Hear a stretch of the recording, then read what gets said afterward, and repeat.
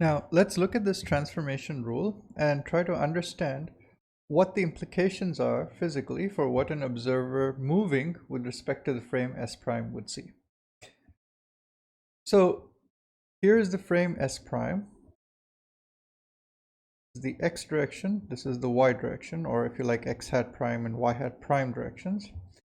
And here is the light beam as seen in the frame S prime, and it's moving at an angle theta prime with a frequency which is nu prime. Now let's just first focus on the angle. Okay, so now we have a frame S, and in that frame S, S prime is moving with a velocity beta, or a velocity which is related to beta as v by c. So in the frame S, S prime is moving with the speed v by c, or alternatively, in the frame S prime, S is moving at a speed which is minus v by c, or equivalently minus beta. Okay, so S has a speed which is minus beta. And now let's look at our transformation law.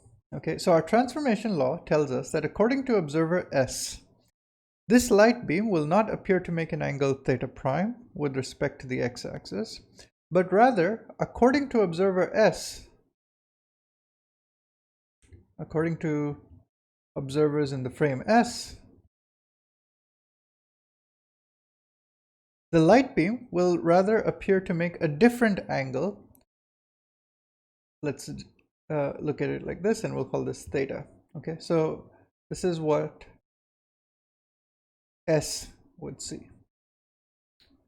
That is, they'd see a deflection in the angle, or the angle would look different compared to what S prime sees. And now what we'd like to understand is how this angle theta changes as we imagine the speed beta of the observer's S changing. So let's look at our transformation formula. Let's copy that down here.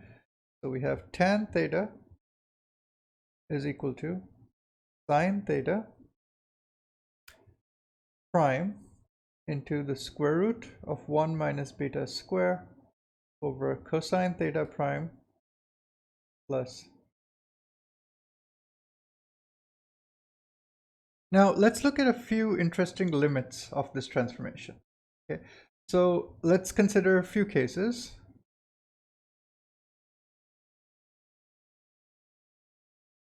Okay, the first case is the limit beta goes to 0, or beta is equal to 0, where S prime and S are not in relative motion.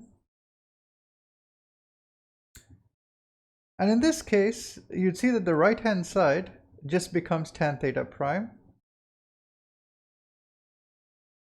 And of course, what we know physically must be true, therefore, is that theta is theta prime. Okay, and what that tells us is, of course, that there is no deflection because both these observers are at rest with respect to each other. However, let's consider other interesting limits. So let's consider the limit beta goes to minus cosine theta prime. So in this limit, what we're saying is the speed v of frame S prime is equal, or v by c of this frame S prime with respect to the frame S is equal to minus cosine theta prime, or minus v by c is, or let me write it this way, or minus v is c cosine theta prime. Now let's understand what this means. So c cosine theta prime is the component of velocity of the light beam as seen in frame S prime along the x-axis. Okay, so it's the component of the light beam along the x-axis is c cosine theta prime. And now what we're saying is, if we take the limit where the speed v, or the speed minus v, which is the speed of s relative to the frame s prime, if that speed is equal to c cosine theta prime. So what that means is, imagine that you're in frame s prime, and now you have a frame s which is moving to the right with a speed which is exactly the same as the component of the speed of this light beam along the direction of motion. Okay, in this limit, what you would get is, if you look at this equation, if cosine theta prime if beta is minus cosine theta prime, in that limit, the right hand side, the denominator goes to 0, which means the entire thing goes to infinity. So in that limit, tan theta goes to infinity, or theta goes to pi by 2. So in that limit, in frame s prime, okay, the light beam would appear to travel perpendicular to the direction of relative motion. That is, it would travel in the direction y hat.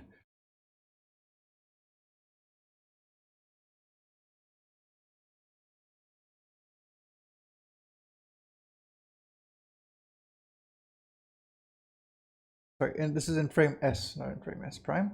In frame S, the light beam would appear to travel in the direction y hat.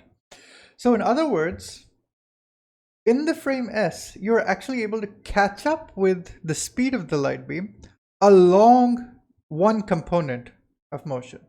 Okay, you can't catch up with its speed, along the direction of motion, because that speed is c, and we discussed that the speed limit of any observer relative to another would be c. But however, it is possible to catch up with a component of the speed of this light beam. And in that case, the light beam would appear to stall. Okay, that is, it would not appear to be having any forward relative motion with respect to s. So s is keeping pace with wherever the front of the light beam is. So if the front of the light beam is here, let's say a particular observer in s is over here.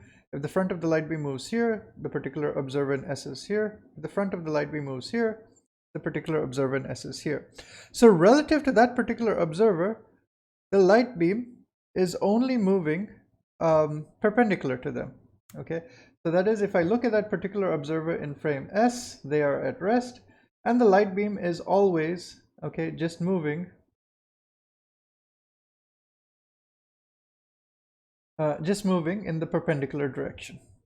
Okay, that is why the angle theta as seen by them would just appear to be pi by 2. So in other words, this limit corresponds to catching up with the light beam along the direction of motion. All right, and you can see that in this limit, in this limit, if you take theta prime is 0,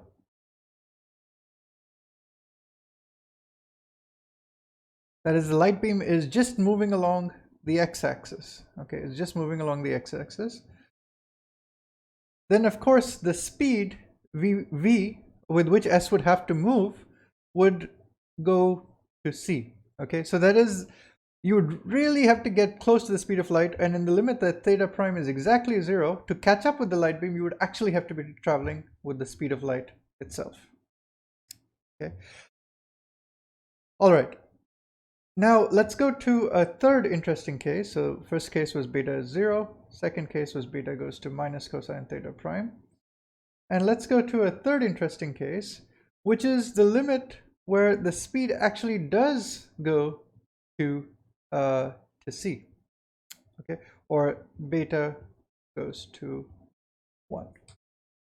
I'll just correct a few signs here. So this is, since v is a vector, minus v is what we want to go towards c. So minus v goes to c. Okay, so here we're not forcing theta prime to be 0. We're just asking what happens in the limit where the frame S is moving very close to the speed of light along the direction of relative motion. Now, along the x direction. Okay, so in that limit, first of all, when at some particular speed, okay, so for example, let's take theta prime is 45 degrees. Okay, let's take an example. Theta prime is 45 degrees. Cosine theta prime would be 1 by root 2, which is about 0.7. So when or beta goes to -1. When cosine theta, when beta becomes very nearly equal to 0.7, at that point you have overtaken the light beam in the x direction. Okay, so the frame S would have overtaken the light beam in the x direction. In this limit, the light beam would appear to be perpendicular. And now if you increase beta, or the magnitude of beta, towards 1, in the frame S, the light beam would actually appear now to travel oppositely in the x direction. That is, it would travel along the negative x direction because you've actually overtaken the light beam in the x direction. Okay, so in this limit, you overtake the light beam in the x direction. Okay, and in this limit, you just caught up with the light beam or keep pace with the light beam in the x hat direction.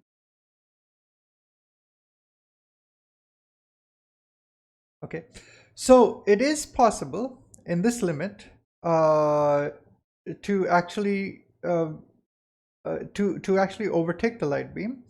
And if you see what the expression is for tan theta in this limit, so if we look at expression for tan theta and we substitute beta is equal to -1, then what we would get is tan theta is equal to 0, or theta, in this case, we physically understand what the right solution would be. Theta is equal to pi. Okay. Mathematically, of course, theta is equal to 0 is a solution, but you can check by looking at the other equations that theta is pi is the only correct solution. And so in this limit, the light beam just appears to actually be going almost opposite to the x-axis. Okay, that is, it appears to be going along the minus x-axis with a speed c. Okay, so now if we plot, so let's take a fixed angle theta. So let's fix theta is, or theta prime is 45 degrees. And let's ask, what is the angle theta measured in frame S, okay, as a function of beta? So as a function of beta, let me draw it like this. Function of beta, and beta can go from -1 to +1. So what this would, -1 is the limit where S is moving to the right with respect to S prime at a speed c, and here S is moving to the left with respect to S prime at a speed c. And on the y-axis, we're plotting the quantity theta. Okay, so in the limit beta is 0, we already saw that theta is 45 degrees.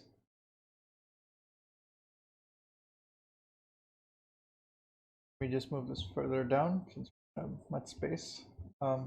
Let's just say 45 degrees is here.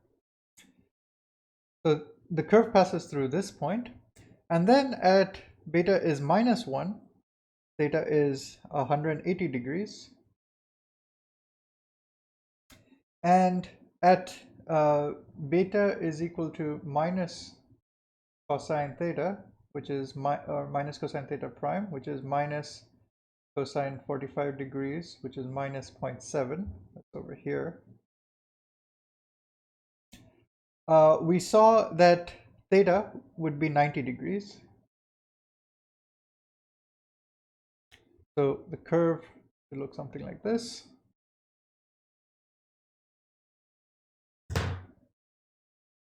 And now we can ask what happens if beta is positive. If beta is positive,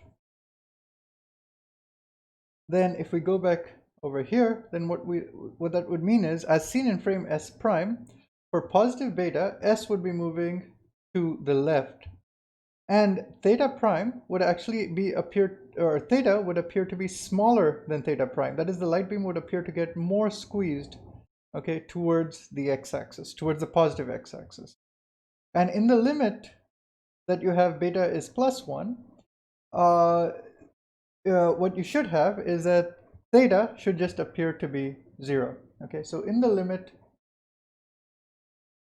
that beta goes to plus 1, the light beam just appears to be squeezed so that it's just moving along the positive x direction. Okay, so this is what the angle theta would look like. Given a fixed theta prime, this is what the angle theta looks like for different values of the speed beta of S relative, or of S prime relative to S. Now, one interesting consequence of this is, let's imagine that you have a particle, okay, which is at rest, and in its rest frame, it's emitting radiation in all directions.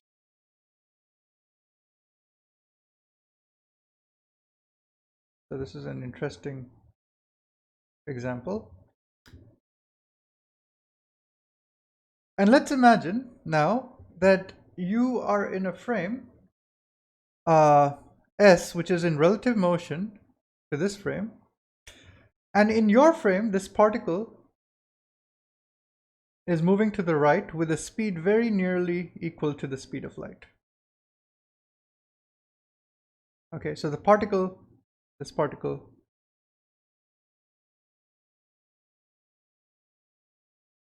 is moving very nearly close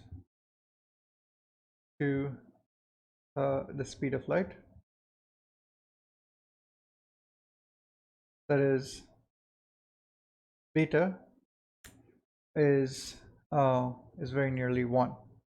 Okay, so in this limit we've seen that that would imply that, in fact, no matter what value of theta prime you start with, the angle theta that you would measure between any of these light beams and the direction of motion, okay, so if I take any of these light beams, let's say this one or this one or this one, that angle would be very close to 0. That means all the light beams, okay, that are emitted by this particle in its rest frame would now appear to be traveling along with the particle. That is, they would be very collimated. So we say that the radiation would appear to be collimated, which means it would appear to be traveling almost along with the part in the direction of the particle itself. To be collimated. Now, something interesting to ask is what happens in Galilean relativity. In Galilean relativity, you can show that the angle tan theta would be related to the angle theta prime simply through this relationship. So the difference is that there is no factor of square root of 1 minus beta square. Okay, so what's missing is the square root of 1 minus beta square over here. Okay, this is extra in special relativity.